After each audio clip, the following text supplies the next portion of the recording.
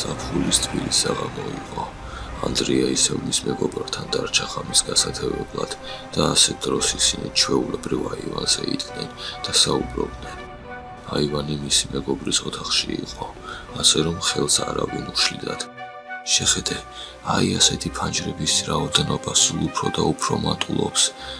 ბებო მესაუბრა ამ ნათურებზე. არავითარ შემთხვევაში არ შეიძლება იისფერი განათების სახლში დაყენება. ისინი ხალხს ცვლიან. ეს ხომ სპეციალური განათებაა მცენარეებისთვის. თავიდან მცენარეებისთვის, შემდეგ თვითონ ადამიანი ხდება მცენარე. ხუმრობ ხო? ეგეთი რაღაცეების როგორ გჯერა? ლუკამ გადაწყვიტა ჭოგრითში გაეხედა. იქნებ ბებომ მართლა მოიფიქრა ეს ისტორია და უბრალოდ მისი შეშინება უნდოდა.